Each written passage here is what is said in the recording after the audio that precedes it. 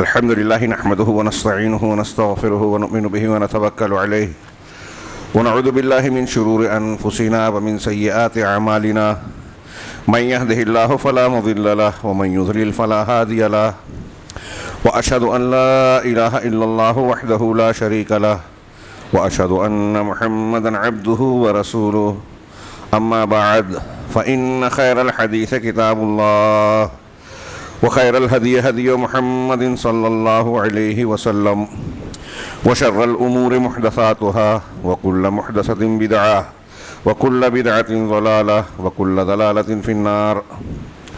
أعوذ بالله من الشيطان الرجيم. بسم الله الرحمن الرحيم. يا أيها الذين آمنوا كتب عليكم الصيام كما كتب على الذين من قبلكم لعلكم تتقون. محترم حاضرین، الحمدللہ اس کے فضل و احسان سے ہم لوگ ایک مرتبہ پھر رمضان المبارک میں داخل ہو چکے ہیں. اس مہینے کے آنے پر ہمارے اسلاف میں کیا تبدیلیاں ہوتی تھی ہم اسے سنتے رہتے ہیں کہ عام طور سے صحابہ، تابعین، محدثین اور اسلاف کے دیگر صالحین کا یہ حال ہوتا تھا کہ رمضان کے آنے سے پہلے شدت سے اس کا انتظار کرتے، اس کی تیاری کرتے، اور دخول رمضان کے ساتھ ہی زندگی کے مشاغل اور دوسرے معمولات میں تبدیلیاں کر کے عبادات اور اللہ تبارک و تعالیٰ کی طرف توجہ میں زیادتی کرتے، نیکیاں بڑھا دیتے، حتی الامکان قرآن سے، عبادات سے، مسجد سے اپنا رشتہ اور تعلق مضبوط سے مضبوط تر کرتے. جہاں اللہ سے رشتہ جوڑتے وہاں احسانات کر کے، اللہ کے راستے میں زیادہ سے زیادہ خرچ کر کے اللہ تبارک و تعالیٰ کے بندوں سے بھی قربت اختیار کرتے، ان پر زیادہ سے زیادہ احسانات کیے جائیں، ساتھ ہی ساتھ توبہ و استغفار کیا جائے، قرآن فہمی، قرآن کو صرف پڑھا نہیں جائے بلکہ اس پر تدبر کیا جائے، غور و فکر کیا جائے، اسے اپنے عمل میں لانے کی کوشش کیا جائے، اس کو سمجھا جائے، اس کی کوشش کیا کرتے تھے. کیوں؟ خود نبی کریم صلی اللہ علیہ وسلم کا یہی حال تھا تو آپ کی اتباع میں. اور نبی صلی اللہ علیہ وسلم اور اسلاف کا حال کیوں ایسا تھا؟ اس لیے کہ وہ جانتے تھے کہ یہ شہر یعنی یہ مہینہ برکتوں والا مہینہ ہے. نبی صلی اللہ علیہ وسلم نے خود اس کو شہر مبارک کہا ہے، برکتوں والا مہینہ. آپ کا صرف یہ کہہ دینا کافی ہے.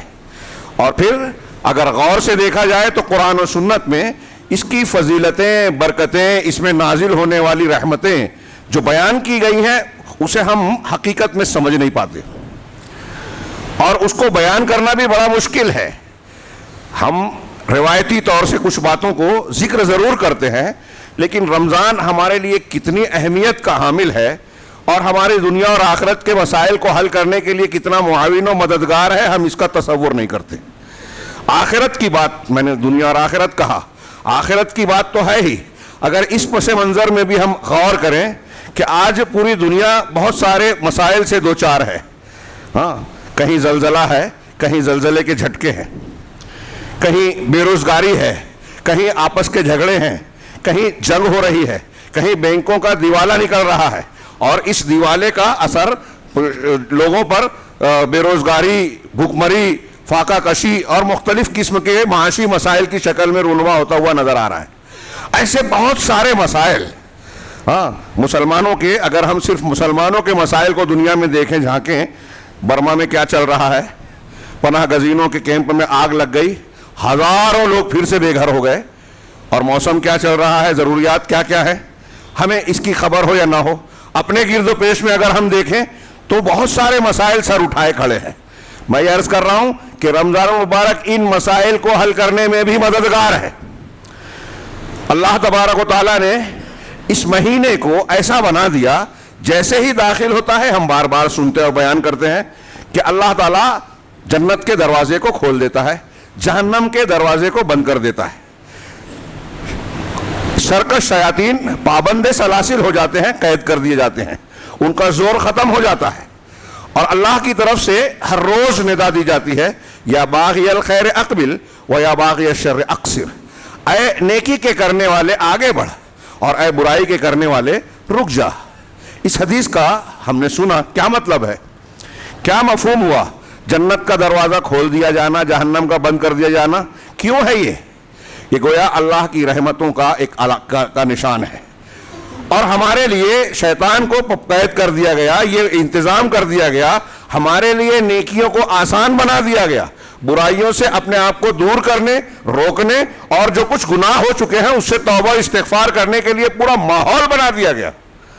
اور اتنا ہی نہیں، نیکیوں کو گناہ در گناہ بڑھا دیا گیا کہ آپ اللہ کی عبادت عام دنوں میں جو کرتے تھے اس کے مقابلے میں رمضان مبارک میں کریں گے تو اس کی نیکیاں بڑھ جائے گی۔ اس ماہ مبارک میں عمرہ کرنا حج کے اجر و ثواب کے برابر ہے۔ روزہ، ابھی ہم ایک روایت پڑھنے والے ہیں، اس ایک روایت کو آج پیش کروں گا صرف۔ روزے کی وہ حیثیت، وہ فضیلت ہے کہ بخاری کی ایک روایت میں ہے کہ ایک روزہ اگر کوئی بندہ اللہ کی راہ میں رکھے، اللہ کی راہ میں یعنی اخلاص کے ساتھ، تو اسے 70 خریف کی تشریح کی لوگوں نے، 70 سال کی مسافت کے برابر جہنم سے دور کر دیا جاتا ہے ایک روزہ، اور وہ بھی فرض نہیں، عام فرض روزے کی تو اور زیادہ فضیلت ہے۔ اللہ کے نبی صلی اللہ علیہ وسلم سے ابو امامہ باہلی نے پوچھا کہ مجھے کوئی خاص عمل بتائیے، تو کہا علیک بالصوم فإنہ لا عدل لہ، روزے کو لازم پکڑو، اس کا کوئی بدل ہے ہی نہیں۔ روزہ ایسی چیز ہے جس کا کوئی بدل نہیں ہے۔ اور ہم روایت پڑھتے ہیں من صام رمضان ایمانا واحتسابا غفر لہ ما تقدم من ذنبہ، جو رمضان کا پورا روزہ ایمان اور احتساب کے ساتھ رکھے، یہ شرط ہے۔ لیلۃ القدر کا قیام، رمضان کا روزہ، اور قیام اللیل یعنی تراویح، اس میں دو باتیں ہیں، ایمان اور احتساب۔ اللہ پر یقین، رسول پر یقین، ان کے وعدوں پر یقین، اور ایمانیات کی دوسری چیزوں کو مانتے ہوئے یہ امید رکھنا کہ میں جو عمل کر رہا ہوں اس سے میرا مقصد صرف اللہ کی خوشنودی ہے، اجر و ثواب ہے، دکھاوا نہیں، دنیا کا کوئی بدلہ نہیں، لوگوں کی روایت اور عادت نہیں، بلکہ اللہ کے لیے دل کے جذبے کے ساتھ خالص روزہ رکھ رہا ہوں، خالص عبادت کر رہا ہوں۔ ایسی عبادت، ایسا روزہ، ایسی تراویح پچھلے گناہ کو معاف کر دیتی ہے۔ یہ میں اکثر بیان کرتا ہوں کہ ہماری دنیا کا کوئی مسئلہ ہو، پریشانی ہو، اللہ کا عذاب ہو، آخرت کا، وہ قبر سے لے کر جہنم کے معاملات تک، آخرت کے جتنے عذاب ہیں سب کی وجہ ہمارے گناہ ہیں، اللہ کی ناراضگی کی وجہ گناہ ہے، نافرمانیاں ہیں۔ اور رمضان، لیلۃ القدر کی عبادت، یہ ساری چیزیں ہمارے گناہوں کی بخشش کرنے کا بہترین سبب ہے۔ اللہ تعالیٰ کے، اللہ کے رسول فرما رہے ہیں گناہ سے ہم دھل جائیں، صاف ہو جائیں، اللہ کی ناراضگی دور ہو جائے، اللہ کے عذاب سے محفوظ ہو جائے۔ یہی تو ہماری کامیابی کی بنیاد ہے، اور اس کا سب سے بڑا روڑا ہمارے گناہ ہے۔ اور رمضان المبارک گناہوں کو دھونے، صاف کرنے کا سب سے بہترین موقع ہے۔ اللہ نے ماحول بنا کے دے دیا، رحمتوں کو عام کر دیا، جہنم کے دروازے کو بند کر دیا، جنت کو کھول دیا، اور شیطان کو پابند سلاسل بنا دیا۔ اب اس کے باوجود کوئی اپنی بخشش نہیں کراتا تو واقعی سید الملائکہ، فرشتوں کے سردار کی زبان سے وہ بد دعا کا مستحق ہے کہ اس شخص پر اللہ کی لعنت ہو، رحمت سے دور ہو، اللہ کے غضب کا شکار ہو، جو رمضان کا مہینہ پالے اور اپنی بخشش نہ کروائے۔ اور آپ نے کہا نبیوں کے سردار سے کہ آپ آمین کہیے، اللہ کے رسول نے آمین کہا۔ والدین کو پا کر بخشش نہ کروانے والا، نبی صلی اللہ علیہ وسلم کا نام آ جانے پر درود نہ بھیجنے والا، وہ بھی اسی بد دعا کا مستحق بنا، اسی حدیث کے اندر جو صحیح ہے الگ الگ الفاظ سے۔ اتنا سب کچھ ہو گیا یا سامنے ہمارے ہے، تو پھر اللہ کے نبی صلی اللہ علیہ وسلم ہی کے الفاظ میں کہ وہ شخص محروم ہے جو اس مہینے کی رحمتوں سے محروم رہا، یعنی بدقسمت ہے۔ وہ شخص خوش قسمت ہے جو اس مہینے کی برکتوں سے اپنا دامن بھر لے ہوئے۔ اب اس چیز کو جاننے کے بعد کیا کوئی مومن بندہ اپنے آپ کو بدقسمتوں کی فہرست میں درج کرانا چاہے گا؟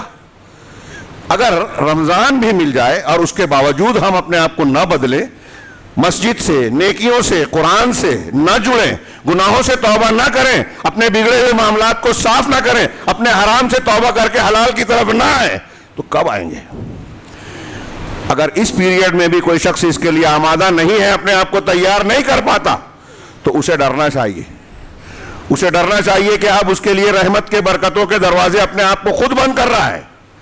اس سے زیادہ بدقسمت اور محروم کوئی ہو ہی نہیں سکتا کہ اتنی فضیلتیں برکتیں اللہ رب العالمین نے بکھیر رکھی کہ اس مہینے میں قرآن کے نزول کی برکت سے اللہ نے ایسا بنا دیا کہ امت محمدیہ کا ایک فرد چند یعنی پچھلی امتوں کے مقابلے میں بہت کم عمر پانے کے باوجود پچھلی امتوں سے زیادہ فضیلت والے اعمال برکات کا حاصل کر سکتا ہے. تھوڑے عمل کرے زیادہ اجر و ثواب. ایک رات اس مہینے کی صرف ایک رات 1000 مہینوں سے بہتر. لیلۃ القدر خیر من الف شہر. اور ہم حالات دیکھ رہے ہیں کہ ہمارا رویہ کیا ہے. ایک طبقہ وہ ہے جو بدعتوں کو کر کے سنتوں سے محروم ہے, شب برات کو محنت کرتا ہے, شب قدر کو دنیا کماتا ہے, غفلت میں رہتا ہے. ایک طبقہ تو وہ ہے. ایک وہ ہے جو عمل کم کرتا ہے. ایک وہ ہے جو کرتا ہے لیکن اللہ کے یہاں قبول ہونے کی شرائط کا لحاظ نہیں کرتا. فضائل پہ عمل کر رہا ہے, محنت کر رہا ہے, لیکن یا تو اخلاص نہیں ہے, جیسے ہم اور آپ, اللہ تعالیٰ اخلاص دے. من قام ایمان و احتسابا فی سبیل اللہ للہ, یہ عمل اللہ کے لیے خالص ہونا چاہیے. ایک چیز اخلاص ہے, اگر اخلاص نہیں ہے تو قبول نہیں ہے اللہ کے یہاں. انما الاعمال بالنیات, نیت کے اخلاص سے کیا کیا تعلقات عمل کا تعلق ہے, یہ آپ غور کریں گے تو حیرت زدہ ہو جائیں گے. پورے دین کے سارے معاملات کی بنیاد اسی پہ کھڑی ہے. آپ کا جذبہ, دل کی کیفیت کیسی ہے. دوسری چیز, بعض لوگ اچھی نیت سے بھی کرتے ہیں تو سنت کا اہتمام نہیں کرتے. نماز ہو یا روزہ, حج ہو یا زکوٰۃ, وہ قرآن و حدیث کے مسائل کے بجائے یہ دیکھتے ہیں کہ ہمارے مولوی صاحب, ہمارے مفتی صاحب, ہمارا مسلک کیا کہتا ہے. اب قیام اللیل اتنی اہم عبادت, ایک یہ من قام رمضان, اللہ کے رسول صلی اللہ علیہ وسلم کی جو قولی حدیث ہے, پورے رمضان کا قیام آپ نے جماعت سے 3 دن پڑھائی, تراویح پڑھتے تھے ڈیلی, اور قولی حدیث سے پورے مہینہ پڑھنے کا ثبوت ہے. جو رمضان کا قیام ایمان و احتساب کے ساتھ کرے. اب اللہ کے نبی صلی اللہ علیہ وسلم نے 8 سے زیادہ کبھی پڑھی نہیں, یہ احناف کے علماء کو, محققین کو بھی اعتراف ہے. ہمارے یہاں اس کی تعداد بڑھا دی گئی, لوگوں نے بڑھا لیا, 20 پڑھ رہے ہیں, تعداد بڑھا دی. نبی کی یہ پہلی مخالفت, متعین کر لیا. اب اس کے بعد بڑھانے کے بعد جب بڑھ گئی تو اس کی کیفیت اور سنت کا, عبادت کا جو وقار ہے وہ بھی اس کو مجروح کر دیا. اطمینان سے تعدیل ارکان کے ساتھ نماز پڑھنا ضروری ہے. امام شافعی کہتے ہیں تعدیل ارکان نماز میں فرض ہے, اور دلیل وہ دیتے ہیں کہ ایک آدمی نے جلدی جلدی پڑھی, جب وہ لوٹا اللہ کے رسول نے کہا ارجع فصلی فانک لم تصلی, کہ واپس جاؤ پھر سے نماز پڑھو, اس لیے کہ تم نے نماز پڑھی ہی نہیں. جو جلدی جلدی پڑھی گئی, آپ نے اس کے بارے میں کہا کہ تو نے نماز پڑھی ہی نہیں. عمل کم ہو, صحیح ہو, اللہ کے یہاں مقبول ہوگا. اہل علم اور سلف کہا کرتے تھے, حضرت عبداللہ ابن مبارک اور قاضی ایاز وغیرہ کے اقوال ہیں, کہ سنت میں میانہ روی اختیار کرنا, آپ سنت کے مطابق عمل کریں, اس میں کم کریں, درمیانہ روی اختیار کریں, یہ بہتر ہے اس سے کہ آپ بدعت میں محنت کریں. بدعت میں آپ 20 پڑھیں, 100 پڑھیں, 40 پڑھیں, اس سے بہتر ہے کہ سنت کے مطابق 8 پڑھیں. یہ سنت ہے تو کچھ لوگ کرتے ہیں, سنت کا لحاظ نہیں کرتے. دعائیں جو اللہ کے رسول سے ثابت ہے وہ انہیں کافی نہیں لگتی. سحری کی کوئی دعا نہیں ہے زبانی, نیت کی, نیت دل کے ارادے کا نام ہے. حج میں تلبیہ کے علاوہ کوئی نیت زبان سے نہیں ہے میرے علم کے مطابق, نہ نماز کی نیت ہے نہ روزے کی. ہمارے ہاں لاؤڈ اسپیکر سے پڑھاتے ہیں لوگ. بدعت کا مجاہرہ, تعلیم, افطار کی دعا, جو ضعیف حدیث ہے اس میں بھی اضافہ کیا, جو ثابت ہے وہ تقریباً ناموجود. تراویح کی 4 رکعت پہ مسجدوں میں جو ہے بورڈ لگے ہوئے ہیں, تسبیح تراویح, میڈ ان انڈیا, اکثر میں کہا کرتا ہوں. تو یا تو لوگ عمل نہیں کرتے, یا کرتے ہیں تو نیت صحیح نہیں ہے, یا نیت صحیح ہے تو طریقہ صحیح نہیں ہے. نتیجہ یہ نکلتا ہے کہ ہماری محنتیں رائے گاں ہوتی ہیں. لہذا ہمیں یہ پہلا روزہ ہی ہے, کوشش کرنی چاہیے, یہ پیغام سارے مسلمانوں تک پہنچانا چاہیے کہ اس رمضان المبارک جو ہم کو اللہ نے دیا ہے یہ ہم پر بہت بڑا احسان ہے, بہت بڑی نعمت ہے. ہم اس کی قدر کریں. اور اس کی قدر کیسے ہوگی, اس نعمت کا شکر کیسے ادا ہوگا, کہ ہم اس کی حیثیتوں کو اس میں کون سے اعمال کیے جائیں. نبی صلی اللہ علیہ وسلم اور صحابہ کرام کا طریقہ کیا تھا اس رمضان کو گزارنے کا, وہ طریقہ اختیار کریں.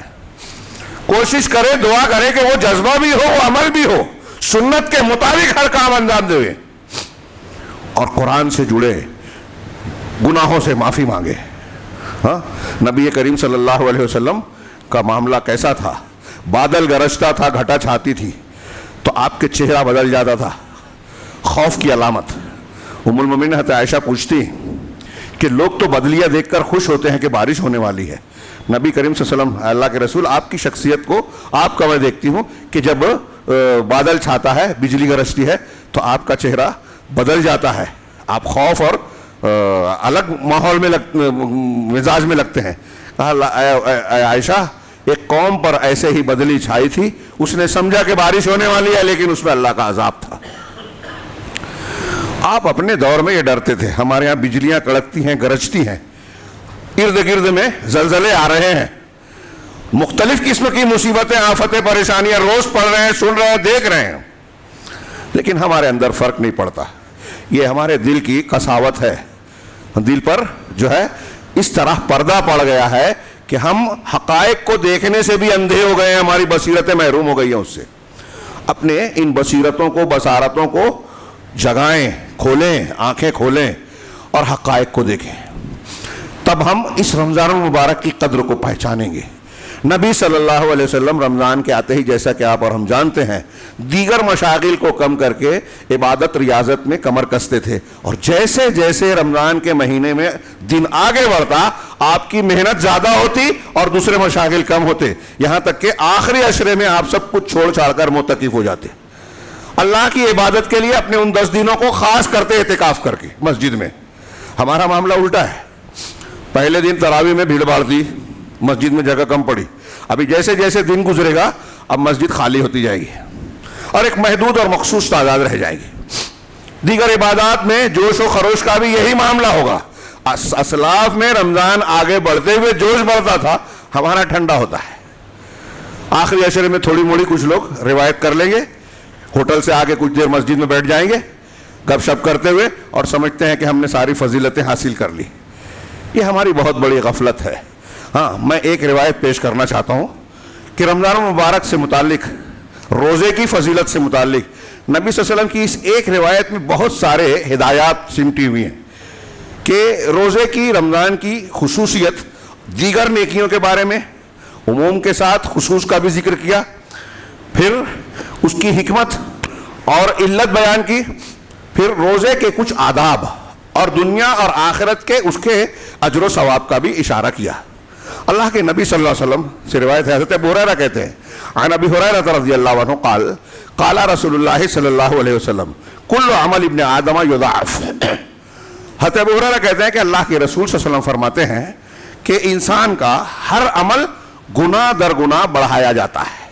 ہاں, الحسنۃ بعشر امثالها الی 700 ضعف, کہ ہر نیکی 10 گنا تک بڑھائی جاتی ہے, 700 گنا تک. یہ پہلا فضل و کرم عام نیکیوں کے بارے میں کہ اللہ رب العالمین کا امت محمدیہ پر یہ خصوصیت دی گئی ہے, ہمیں اور آپ کو, امت محمدیہ کو, کہ کوئی بھی نیکی کریں کم سے کم ایک نیکی کا 10 گنا آپ کو ملنا ہے. قرآن میں بھی ہے یہ مضمون اور متعدد احادیث میں بھی. اور وہ جو معراج والی حدیث ہم پڑھتے ہیں, 50 وقت کی نماز فرض کی گئی اور 5 کر دی گئی, لیکن اللہ رب العالمین نے طے کیا, اعلان کیا کہ ہم اور آپ 5 وقت کی نماز اگر پڑھیں گے تو 50 کا اجر و ثواب ملے گا, ایک کا 10. ایک مہینے کا آپ نے روزہ رکھا, 10 مہینے کا اجر ملا. اس کے ساتھ 6 روزے شوال کے رکھ لیے, 2 مہینے کا 3 کا, 3 کے بدلے 30, 6 کے بدلے 60, اس طریقے سے پورے سال روزے کا ثواب مل جائے گا. تو یہ کم سے کم امت محمدیہ کے لیے فضیلت ہے کہ ایک نیکی کریں گے تو کم سے کم 10 گنا, اور 10 گنا سے پھر 700 تک بڑھتا ہے. 700 تک کیسے بڑھتا ہے؟ اہل علم کی توجیحات اور اس کی تفصیل ہم بیان کریں تو بہت وقت لگے گا. ہر عمل مختلف حیثیتوں کی بنیاد پر اس کی فضیلت اور درجہ کم اور زیادہ ہوتا ہے. کوئی نیکی موقع محل سے کی جائے خاص موقع، خاص زمانے میں، خاص جگہ پر کی جائے تو اس کا درجہ دوسری نیکیوں کے مقابلے میں بڑھ جاتا ہے.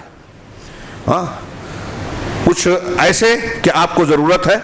اللہ کے رسول صلی اللہ علیہ وسلم سے پوچھا گیا کہ صدقہ سب سے بہتر کون ہے؟ تو آپ نے فرمایا کہ تم صدقہ اس حالت میں کرو کہ تمہاری صحت ٹھیک ٹھاک ہو اور تم خود ضرورت مند ہو. وَأَنْتَ صَحِيحٌ شَحِيحٌ أَن تَصَدَّقَ أَن تُصَدِّقْ وَأَنْتَ صَحِيحٌ شَحِيحٌ. تم صحت مند ہو اور خود ضرورت مند ہو پھر بھی دوسرے کو دے رہے ہو. یہ زیادہ اہمیت کی بات ہے. اس کی تشریح واقعے کی شکل میں بخاری مسلم کا وہ واقعہ. ام المومنین حضرت عائشہ کے پاس ایک خاتون 2 بچیوں کے گود میں لے کے آئی. تینوں بھوکے تھے, 3 کھجوریں ہی تھی گھر میں. حضرت عائشہ رضی اللہ تعالیٰ عنہا نے وہ دے دی. اس خاتون نے ایک کھجور پہلے بچیوں کو دی اور ایک اپنے لیے رکھی. ابھی وہ اپنے لیے کھجور کا استعمال کرتی, اس سے پہلے بچیوں نے اسے چٹ کر لیا اپنی کھجور.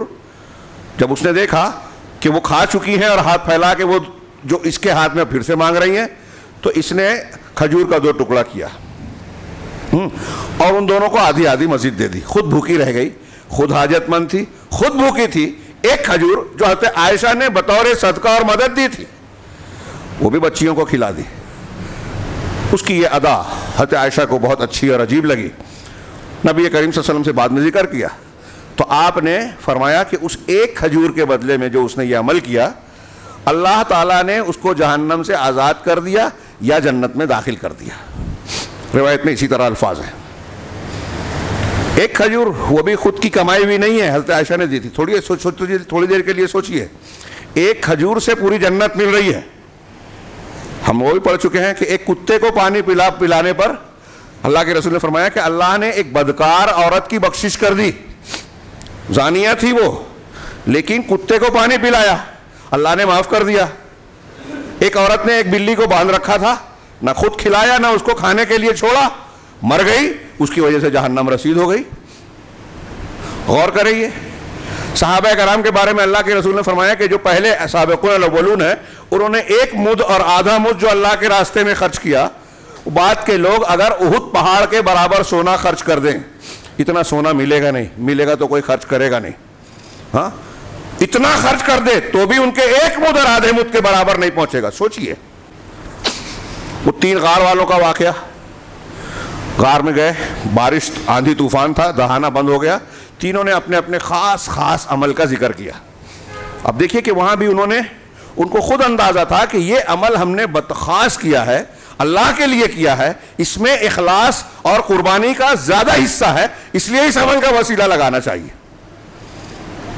تو ایسے اور بھی بہت سے واقعات کہ مختلف موقع, محل, جگہ, حالات, قوائف کی بنیاد پر, آپ کے دل کے جذبے کی بنیاد پر نیکی کا عمل گھٹتا اور بڑھتا ہے. نیکی کا درجہ. ہاں ایک خاص موقع پر آپ نے خرچ کیا تو 1 روپیہ کئی 100 کے سے بھاری ہے. ہر عام حالات میں خرچ کیا تو کئی 100 روپیہ 1 روپیے کے برابر بھی نہیں ہے. جب نیکی کی ضرورت ہو, جس موقع پر آپ کوئی مشروع دیکھ رہے ہیں, مسجد بن رہی ہے, فلاں کام ہو رہا ہے اور اس کی ضرورت ہے, وہ موقع خرچ کرنے کا ہے, آپ نے اس موقع پر کیا تو اہم ہے. بن جانے کے بعد آپ دے رہے ہیں, کام آپ کے نہ دینے سے بھی چل جائے گا تو کوئی خاص بات نہیں ہے, فرق پڑ جائے گا. میں یہ نہیں کہتا کہ نیکی نہیں ہوگی, نیکی کے درجے میں کمی بیشی ہو جائے گی. تو ایسے ہی اللہ تعالیٰ کے رسول فرما رہے ہیں ہر نیکی 1 سے 10 تو ہے, کم سے کم 700 اور اس سے بھی زیادہ بڑھ سکتی ہے. یہ تمام نیکیوں کا عمومی حال ہے کہ وہ کم زیادہ ہو سکتی ہیں. لیکن اللہ تعالیٰ نے آگے فرمایا, قال اللہ تعالیٰ, اللہ کے رسول کہہ رہے ہیں کہ اللہ تعالیٰ کہتا ہے الصوم لی الا الصوم فإنہ لی وأنا أجزی بہ. ساری نیکیوں کا یہ معاملہ ہے, لیکن روزہ اس سے الگ ہے, روزہ اس سے مستثنا ہے. الا الصوم کہا, کون کہہ رہا ہے؟ اللہ تعالیٰ. کون نقل کر رہا ہے؟ رسول اللہ صلی اللہ علیہ وسلم, کہ سوائے روزے کے نیکیاں 1 سے 700 گنا تک جائے گی. ہاں روزے کا معاملہ اس سے الگ ہے. اللہ کے رسول, اللہ نے فرمایا فإنہ لی, اس لیے کہ روزہ میرے لیے ہے. امام غزالی کہتے ہیں کہ روزے کی فضیلت کے لیے صرف اتنی ہی بات کافی ہے کہ اللہ تعالیٰ اس کی نسبت اپنی طرف کر رہا ہے. جیسے اللہ نے کعبہ کو کہا بیتی, ہاں اپنا گھر, میرا گھر, تو اللہ نے کسی چیز کو اپنی طرف, میرے رسول, میرا گھر, اپنی طرف نسبت کی، اس کی فضیلت کے لیے کافی ہے. بہت ساری نیکیاں ہیں، عمل ہیں. اللہ نے روزے کے بارے میں کہا کہ وہ میرے لیے ہے، فَإِنَّهُ لِي، میرے لیے ہے، لہذا اس کا مقام اور درجہ دوسری تمام نیکیوں اور عبادات کے بڑھ گیا، اچھا ہو گیا. حالانکہ ارکان ایمان میں روزے کی حالت، روزے کا نمبر 3 بیان کیا جاتا ہے، لیکن اس کی ایک خصوصیت یہ ہے کہ اللہ کہہ رہا ہے الصوم لی وانا اجزی بہ، کہ روزہ میرے لیے ہے اور میں اس کا بدلہ دوں گا. عام نیکیوں اور اس کے بارے میں فرق یہ ہو گیا کہ 1 سے 10 اور 10 سے 100 700 اور اس سے گنا 700 گنا تک نیکیاں ملے گی. روزے کا یہ حساب نہیں ہے.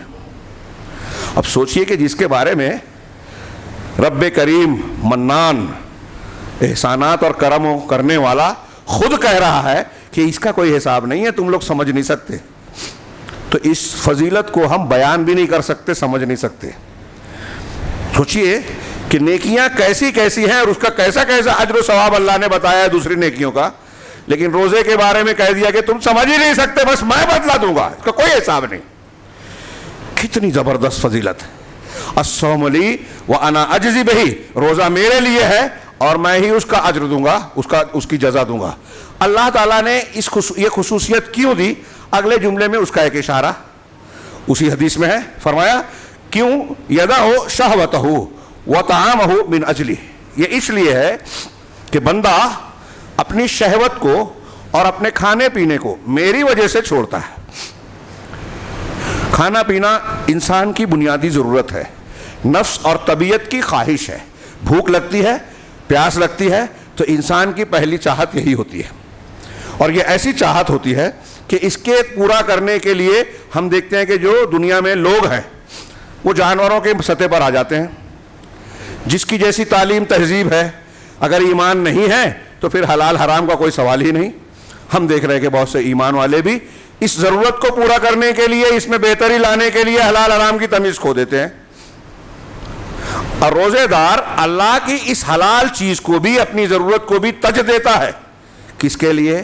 اللہ کے لیے. کیوں؟ اللہ کا حکم ہے. روزے کی تعریف یہ کی جاتی ہے کہ صبح صادق سے لے کر غروب آفتاب تک کھانا پینا اور شہوت کی ضروریات کو ترک کر دینا اللہ واسطے. روزے کے درجات ہیں. ایک عام لوگوں کا روزہ ہے، اہل علم نے بیان کیا کہ صرف کھانا پینا اور ہم بستری وغیرہ ترک کیا. اس سے خاص لوگوں کا روزہ ہے کہ اس کو چھوڑنے کے ساتھ ساتھ بری باتوں کو، غیبت کو، چغلی کو، گناہوں کو بھی چھوڑ دیا. اس سے بھی خاص، اس سے بھی اونچا مرتبہ اس کا روزے کا ہے، تیسرا مرتبہ مقام، کہ ان چیزوں کے ساتھ ساتھ برے خیالات کو بھی دل سے نکال پھینکے. بس نیک بات سوچے، اچھے کام سوچے، اللہ کی فرما برداری ہی کرتا رہے. زبان سے نکلے تو قرآن، حدیث، تسبیحات، ذکر و اذکار، اللہ کے کلام کی تلاوت. سوچے تو نیکیوں کے بارے میں سوچے، جنت و جہنم کے بارے میں، قوم اور ملت کے بارے میں، دین کے بارے میں سوچے. خیالات کو بھی پاک صاف کر لے. یہ اعلیٰ ترین روزہ ہے. حضرت علی کہا کرتے تھے کہ روزہ صرف کھانے پینے کا سے رک جانے کا نام نہیں ہے، بلکہ آپ اپنے آپ کو شہوات سے، خواہشات سے اور گناہوں سے روک لیں، یہ روزے کی تکمیل ہے. ایسے اور بھی بہت سارے اقوال ہیں. خود قرآن اللہ کے رسول کا فرمان ہے، آگے آ رہا ہے اس میں. تو اللہ کے رسول، اللہ تعالیٰ نے فرمایا کہ میری وجہ سے چھوڑتا ہے. یہاں ایک نقطہ معلوم پڑا کہ آدمی اپنی محبوب چیز کو اللہ کی محبت پر قربان کرے، یہ اللہ کو پسند ہے. روزے دار پوری صبح سے لے کے شام تک، جیسے ہم سو رہے ہوں، جاگ رہے ہوں، پیشاب پخانے کے لیے بھی گئے ہوں، روزے سے ہے نا. تو جب تک روزے سے ہیں عبادت کی حالت میں ہیں، عبادت کی حالت میں ہیں، اللہ سے قریب ہیں، اللہ سے قریب ہیں، دعائیں قبول ہوتی ہیں. رمضان کے روزے کی فضیلت بتاتے ہوئے، احکامات بتاتے ہوئے قرآن میں دعا کا وَإِذَا سَأَلَكَ عِبَادِي فَإِنِّي قَرِيبٌ أُجِيبُ، وہ دعا کے بارے میں جو ذکر کیا، اس کی حکمت اہل علم نے یہی بیان کی کہ روزے کی حالت میں اللہ سے قربت ہوتی ہے اور دعائیں قبول ہوتی ہے. تو دعا کی جائے اس حالت میں. اب اللہ تبارک و تعالیٰ کے لیے کھانے پینے کو بندہ چھوڑ رہا ہے، اور اس میں اللہ تعالیٰ نے کہا کہ وہ میرے لیے ہے، وہ میرے لیے سب چیزیں چھوڑ رہا ہے. اس میں ہم کو یہ تعلیم ملتی ہے کہ اپنی محبوب چیزوں کو اللہ کے لیے چھوڑنا یہ ایمان کی کسوٹی ہے. مجھے ایک چیز پسند ہے، اب اللہ کا حکم ہے کہ وہ آپ نہیں استعمال کر سکتے، میں نہیں کروں گا. تو میری پسند جو ہے, میری چاہت جو ہے, میں اسے قربان کر رہا ہوں. اس کی اعلیٰ مثال ہر سال ہمارے سامنے تازہ ہوتی ہے سیدنا ابراہیم علیہ السلام جناب محمد علیہ وسلم کی حیات طیبہ کے حوالے سے, کہ اللہ کا حکم ہوا تو بال بچوں کو چھوڑ دیا بیابوں کی آبادی میں, حکم ہوا تو بیٹے کی گردن پر چھری چلا دی, حکم ہوا اللہ کے رسول صلی اللہ علیہ وسلم نے مکہ چھوڑ دیا, رشتہ داروں کو چھوڑ دیا. محبوب چیز کو اللہ کے لیے ترک کرنا. آج جائزہ لیجئے, روزہ ہمیں یہ تعلیم دے رہا ہے. ہم جب کھانا پینا چھوڑ رہے ہیں, چاہے تنہائی میں چلے جائیں, غسل خانے میں چلے جائیں, پورے بدن پر پانی بہا رہے ہیں لیکن گلے میں نہیں جانے دیتے, وضو کرنے میں کلی کر رہے ہیں لیکن حلقے سے روک رہے ہیں, عام دنوں میں اچھی طرح کلی کرتے ہیں, اچھی طرح ناک میں پانی ڈالتے ہیں, لیکن رمضان روزے کی حالت میں احتیاط سے کرتے ہیں تاکہ گلے میں ایک قطرہ نہ جائے. لوگوں کو نہیں دکھے گا, معلوم ہوگا, لیکن رب العالمین تو جانے گا, دیکھے گا. پتہ یہ چلا کہ یہ جو تصور, یہ جو اللہ تبارک و تعالیٰ کے لیے روزہ چھوڑنے والی بات ہے, اور یہ جو عقیدہ ہے کہ اللہ ہمیں دیکھ رہا ہے, جان رہا ہے, اس ایک بات کو سمجھ رہا ہے, یہ ہمارے لیے بہت اہمیت کا حامل ہے. اگر زندگی میں ہم اس کو اختیار کر لیں تو یہ فضیلت ہمیں ملے گی جو اللہ تعالیٰ کہہ رہا ہے کہ میرے لیے چھوڑ رہا ہے کھانا پینا. ہم کیا دنیا میں, زندگی کے دوسرے معاملات میں اگر یہ سبق سیکھ لیں تو ہماری دنیا سدھر جائے, آخرت سنور جائے, کہ ہم اللہ کے لیے حرام چیزوں کو, یہاں حلال چیز کو چھوڑ رہے ہیں روزے کی حالت میں. جس کو حرام کیا ہے اس کو تو پھر چھوڑنا ہی چھوڑنا چاہیے. سود کو ہاتھ نہیں لگائیں گے, کسی کو دھوکہ نہیں دیں گے, بے ایمانی نہیں کریں گے, رشوت نہیں کھائیں گے. جس چیز کو اللہ نے حرام کیا, شراب, جوا, ان چیزوں کو ہاتھ نہیں لگائیں گے.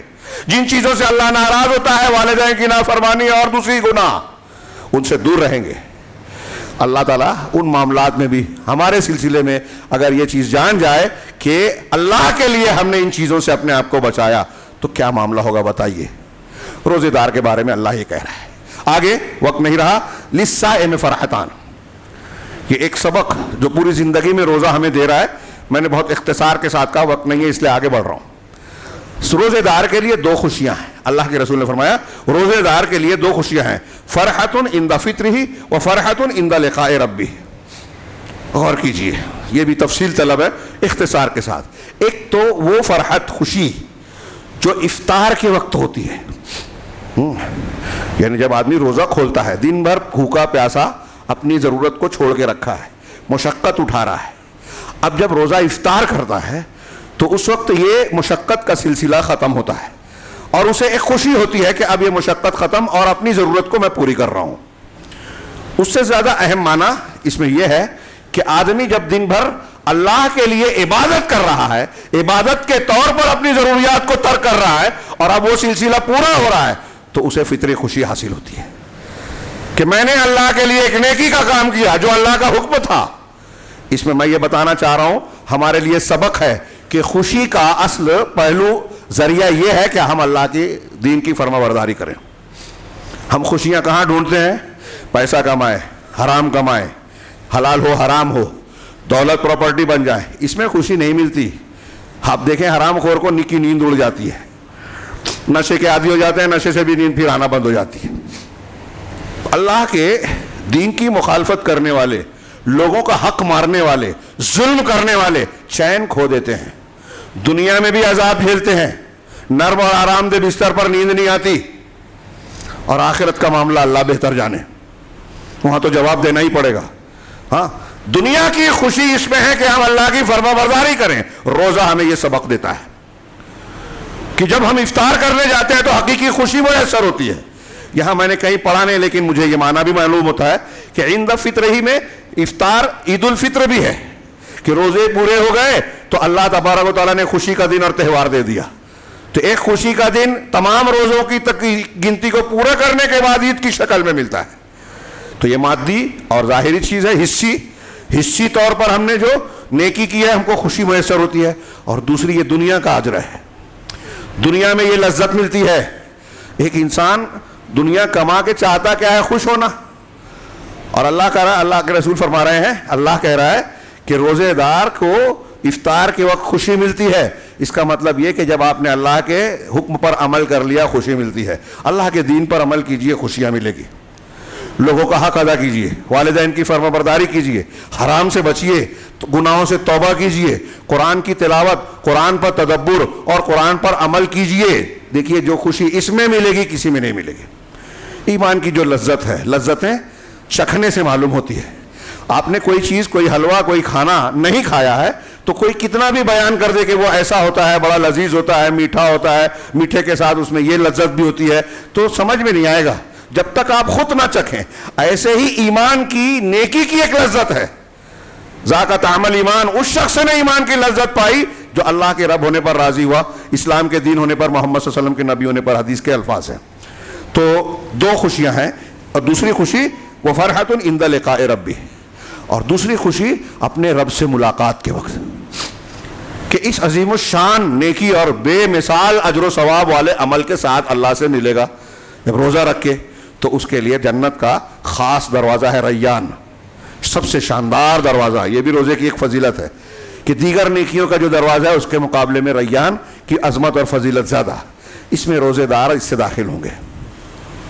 تو اس وقت تو اجر و ثواب کی شکل میں رب سے ملاقات کے وقت اسے خوشی حاصل ہوگی، اور یہ اصل کامیابی ہوگی۔ اللہ کے رسول نے آگے فرمایا وَلَخُلُوفُ فَمِ الصَّائِمِ أَطْيَبُ عِندَ اللَّهِ مِنْ رِيحِ الْمِسْكِ، اور آدمی کے، روزے دار کے منہ کی بدبو، خلوف، پیٹ اور معدہ جب خالی ہوتا ہے تو اس سے جو بخارات اٹھتے ہیں، گیس نکلتی ہے، اس کی وجہ سے منہ سے ایک قسم کی بدبو آتی ہے، جس سے کچھ لوگوں کو کراہت محسوس ہوتی ہے، لوگوں کو کراہت محسوس ہوتی، خود صاحب بو کو بھی۔ لیکن اللہ کے رسول صلی اللہ علیہ وسلم نے فرمایا کہ اللہ کے نزدیک مشک کی خوشبو سے زیادہ پسندیدہ یہ ہے۔ کیوں؟ اس لیے کہ یہ بو جو آ رہی ہے معدے سے، یہ اللہ تبارک و تعالیٰ کی اطاعت و فرما برداری کے نتیجے میں آ رہی ہے۔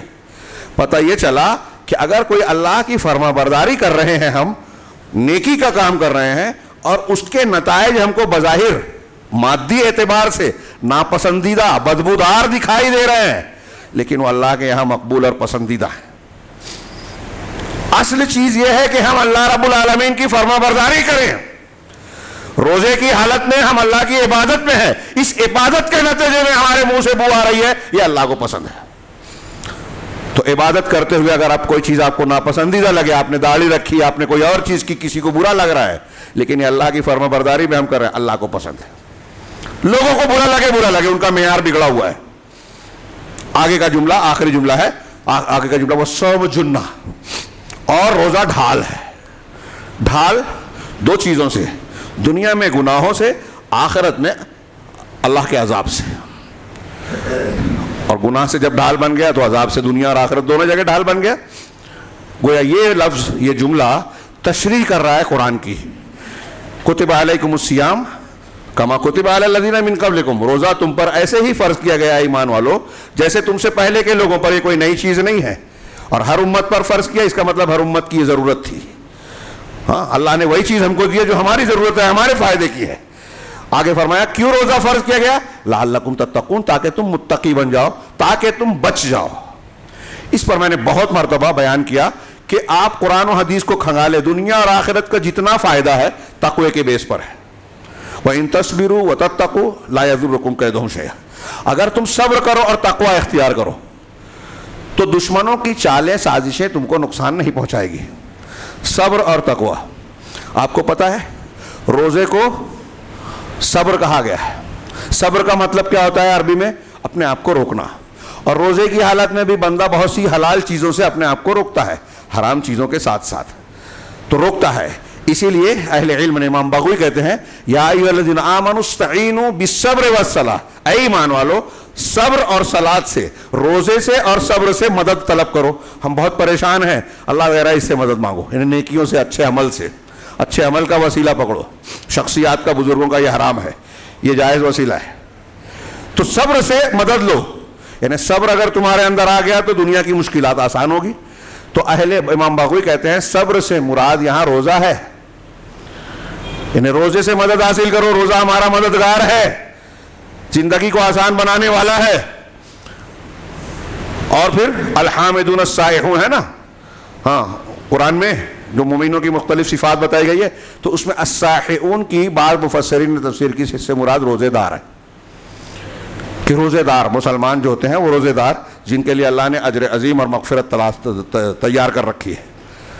تو روزے کو اسی لیے شہر الصبر میں رمضان کو کہا گیا. یہ صبر کا مہینہ ہے, اپنے آپ پر کنٹرول کیا جائے. کیسے, کن چیزوں سے, آگے اس حدیث میں بھی آ رہا ہے. تو جب ہم اس پر صبر کریں گے, اور تقویٰ, روزہ متقی بناتا ہے, تو دشمن سے ہم کو بچائے گا. ہمارے خلاف سازشیں ہیں, ہمارے خلاف ایجنڈے تیار ہیں, بالکل ہیں, قانون بن رہے ہیں, مسلمانوں کا عرصہ حیات تنگ کیا جا رہا ہے, ہندوستان میں ہندوستانی شہریت چھیننے کی کوشش ہو رہی ہے. ہاں, پاورفل لوگوں کی دولت, شہرت ہمارے اداروں پر جو ہے وہ پنجہ کسا جا رہا ہے. قانون کا ایسا معاملہ چلایا جا رہا ہے کہ مدد بند ہو جائے, ان کے سوتے بند ہو جائیں, مسجدوں کا معاملہ بگڑ جائے. یہ دھیرے دھیرے سب چیزیں نافذ ہو رہی ہے. مدارس پر کسا جا رہا ہے شکنجا. ہم کو ہوش نہیں ہے, ہم اس کی قدر نہیں کرتے. اللہ بھی نعمت چھین رہا ہے. ہاں, جن کے پاس ہے وہ اتراتے ہیں, نعمت پر اتراتے ہیں, لوگوں پر ظلم کرتے ہیں. تو جب تم کمزوروں پر ظلم کرو گے تو اللہ تمہارے اوپر ایسے لوگوں کو مسلط کرے گا جو تم پر ظلم کرے گے. اور یہ ہو رہا ہے, قرآن کا فرمان ہے. تو بہت سارے اس طرح کے معاملات ہیں. ان معاملات یا سازشوں سے عالمی سطح سے لے کر ہمارے ملک میں جو کچھ ہو رہا ہے, بچنا ہے تو اس کا ایک طریقہ ہے صبر اور تقویٰ. میمورنڈم, فلاں سیاسی پارٹی, فلاں کو ووٹ دینا, فلاں کو نہیں دینا, سب فالتو بات ہے. مالیگاؤں کی زبان میں کہا, یہ فضول ہے اگر ہم نے ان شرعی نسخوں پر عمل نہیں کیا. ان پہ عمل کریں, وہ طاقت ہو نہ ہو اللہ کی مدد رہے گی. اور یہ جب ہوگا وہ طاقتیں خود بخود اللہ دے دے گا, روب دبدبہ دے دے گا, قوت دے دے گا. تو روزہ صبر اور تقویٰ ہو, دشمن کی چال نقصان نہیں پہنچائے گی. اللہ تعالیٰ نے قرآن میں کہا کہ اگر بستی کے لوگ ایمان لاتے اور تقویٰ اختیار کرتے, لو ان اہل القرى آمنوا واتقوا لفتحنا علیہم برکات من السماء والارض, تو ہم آسمانوں سے آسمانوں اور زمین کی برکتوں کو کھول دیتے, دروازہ کھول دیتے. کب؟ جب ایمان اور تقویٰ ہو. تقویٰ ہوگا تو فرقان دے گا اللہ, تقویٰ ہوگا تو حوریں ملے گی, جنات اور باغات ملیں گے. ہاں, ان للمتقین مفازا وحدائق واعنابا. دنیا اور آخرت کی ساری نعمتیں تقوی کی بنیاد پر. اور روزہ ہمیں متقی بنانا ہے, مطلب دنیا اور آخرت کی نعمتوں کے حصول کو آسان بنا رہا ہے. اور یہاں کہا الصوم جنہ, وہی معنی ہے کہ روزہ ڈھال ہے. ایک روایت جو حسن درجے کی اس میں ہے کہ روزہ تم کو گناہوں سے بچانے, جہنم سے بچانے کے لیے مضبوط قلعہ ہے اور تمہارے لیے ڈھال ہے. اگر ہم نے روزے کو اتقائے صیام کے ساتھ, اس کے آداب اور احکام کے ساتھ صحیح انداز میں رکھا تو یہ ہمیں بچانے والا ہے. لعلکم تتقون, اور کہا روزہ ڈھال ہے, گناہوں سے بچانے والا, عذاب سے بچانے والا. آخری جملہ, لہذا اب جب روزہ ہو, وَإِذَا كَانَ يَوْمُ صَوْمِ أَحَدِكُمْ فَلَا يَرْفُثْ وَلَا يَسْخَبْ, لہذا تم میں سے کسی کے روزے کا دن ہو تو بیہودہ بات, لا يرفث لا يتکلم بکلام قبیح, عربی میں کہا کہ گندی اور بری بات نہ کہے. ہاں, ولا یسخب, اور شور ہنگامہ, ایسی بات جس سے فتنہ پیدا ہو, جھگڑے لڑائیاں بڑھے, ایسی باتوں سے پرہیز کرے. روزے کی حالت میں یہ آداب بتائے گئے ہیں, شرعی احکام. ہم کو جہاں یہ سیکھنا ضروری ہے کہ کس طرح کھانا پینا نہیں ہے, کون سے احکامات کا لحاظ کرنا ہے روزے کے حالات میں, کن چیزوں سے روزہ ٹوٹ جاتا ہے. اس کے ساتھ ساتھ یہ بھی کہ کن چیزوں سے روزے کے اجر و ثواب, روزے کی روح ختم ہو جاتی ہے. اس میں یہ کہا کہ بیہودہ بات نہ کریں, غیبت چغلی نہ کریں, جھوٹ نہ بولیں. دوسری حدیث میں ہے بخاری کی, من لم یدع قول الزور والعمل به فلیس للہ حاجہ فی ان یدع طعامہ وشرابہ, کہ جو جھوٹ بات کو اور اس پر عمل کو نہ چھوڑے. بعض روایتوں میں والجہلہ بھی ہے کہ جہالت کو نہ چھوڑے, تو اللہ کو کوئی ضرورت نہیں ہے کہ وہ اپنا کھانا پینا چھوڑے. اللہ کو کوئی ضرورت نہیں. اس کا مطلب یہ کہ روزے کی حالت میں آدمی کو صبر کرتے ہوئے ان سے پرہیز کرنا چاہیے. یہ آسان نہیں ہے لیکن کرنا ہے, عبادت کی حالت ہے آپ کی ہماری. اللہ کے رسول نے آگے فرمایا کہ اگر روزے کا دن ہے تو نہ بیہودہ بات کرے, نہ گندی بات شور ہنگامہ کرے, نہ جھگڑا لگائے, نہ چغلی غیبت کرے. سب آ گئی اس میں. چنانچہ کہا فَإِنْ صَابَّهُ أَحَدٌ أَوْ قَاتَلَهُ, اب اگر کوئی اس سے گالی گلوچ کرے یا کوئی جھگڑا لڑائی کرے, فَلْيَقُلْ إِنِّي امْرُؤٌ صَائِمٌ, تو اسے چاہیے کہ کہے کہ میں روزے دار ہوں, میں روزے دار آدمی ہوں. کیا مطلب؟ میرا روزہ مجھے تمہاری اس بدتمیزی اور اس لڑائی یا گندی بات کے جواب دینے سے روک رہا ہے. چونکہ میں روزے سے ہوں, اس لیے روزہ مجھے اس بات سے روک رہا ہے کہ میں تمہاری سطح پر آؤں، میں بھی گالی دوں، میں بھی لڑائی کروں، نہیں، مجھے میرا روزہ روک رہا ہے۔ گویا اس بات کا اس کو تلقین کی جا رہی ہے کہ میں بزدل نہیں ہوں، تمہاری بات کا جواب دینے سے عاجز نہیں ہوں، ہاں میں عبادت کی حالت میں ہوں، اور یہ عبادت کی حالت مجھے برے کام سے یا ایسی چیزوں سے روکتی ہے جو اللہ تبارک و تعالیٰ کے اس عبادت کے منافی ہے۔ اس لیے روزہ صرف مادی طور پہ کھانے پینے کی منہیات کی روزے کو توڑ دینے والی چیزوں سے بچنے کا نام نہیں ہے، بلکہ ان چیزوں سے بچنے کا نام بھی ہے کہ جن سے روزے میں نقص پیدا ہو، اجر و ثواب میں کمی پیدا ہو، جن کو منقصات کہتے ہیں۔ اس طریقے سے اس حدیث میں ہم یہ دیکھتے ہیں کہ اللہ کے رسول صلی اللہ علیہ وسلم کی یہ تعلیم ہو رہی ہے کہ ہم کوئی بھی نیکی کریں، تراویح پڑھیں، روزہ رکھیں، حج کریں، صدقہ و خیرات کریں، زکوٰۃ دیں، انفاق کا جو بھی عمل کریں، اس میں اس بات کا لحاظ کرنا چاہیے کہ ایسی کوئی چیز ہم سے سرزد نہ ہو جس سے اس کا اجر و ثواب گھٹ جائے، کم ہو جائے، ختم ہو جائے۔ روزے کی حالت میں اللہ کے رسول فرما رہے ہیں کہ یہ غور کرے، جھگڑا نہ کرے، لڑائی نہ کرے، بےہودہ بات نہ کرے، اپنے آپ کو سنبھالے، صبر کرے۔ کوئی لڑائی پر بھی آمادہ ہو تو کہے کہ دیکھو میں روزے دار ہوں، میں یہ کام نہیں کر سکتا، جھگڑا نہیں کر سکتا، مجھے میرا روزہ روک رہا ہے۔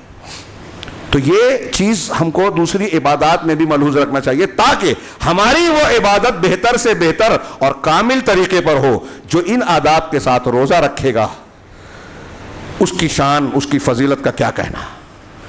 میں نے بتایا کہ عام روزہ 70 سال ایک روزہ جہنم سے دور کرتا ہے، اور اللہ تعالیٰ نے فرمایا کہ الصوم لی وانا اجزی بہ، روزہ میرے لیے ہے اور میں اس کا بدلہ دوں گا۔ اگر ہم نے یہ فضیلت حاصل کر لی تو یقین جانیے، یہ مانے نہ مانے ہم کو یقین کرنا چاہیے کہ ہمارے دنیا کے بھی مسائل آسان ہوں گے، حل ہوں گے، اور آخرت میں بھی۔ آج ہمیں آپ کو، پورے دنیا کے مسلمانوں کو بڑی شدید ضرورت ہے رمضان کے اس پیغام کی، رمضان کی اس فضیلت اور اس کے برکات کے حصول کی۔ جتنی جگہ مسلمان پیٹ رہے ہیں، مر رہے ہیں، ہمارے خلاف سازشیں ہو رہی ہیں، کانٹے مارے جا رہے ہیں، اور آپ دیکھیں جب رمضان آتا ہے ایسا لگتا ہے کہ دشمنوں کا ایک خاص ٹولہ خصوصی طور پر مسلمانوں پر حملہ آور ہوتا ہے۔ ہاں، یہ صورتحال ہمیں بتاتی ہے کہ ہمارے اندر عمل کی کمی ہے، اخلاص کی کمی ہے، اتباع کی کمی ہے، لہٰذا ضروری ہے کہ ہم اپنے دین شریعت کی طرف لوٹیں۔ یہ پہلا روزہ داخل ہوا ہے، عزم کرنا چاہیے ہر مسلمان کو کہ ہم کو اللہ نے جب یہ عظیم الشان نعمت ایک مرتبہ پھر عطا کی ہے تو ہم اس کی قدر کریں، رمضان کی نعمتیں، اس کی عبادتیں سرگرمی کے ساتھ حاصل کرنے کی کوشش کریں، اس کو پورا کرنے کی، اور ساتھ ساتھ ان چیزوں سے بچیں جو ان عبادات کو بے حیثیت بناتا ہے۔ اس میں بطور خاص بدعات و خرافات ہیں۔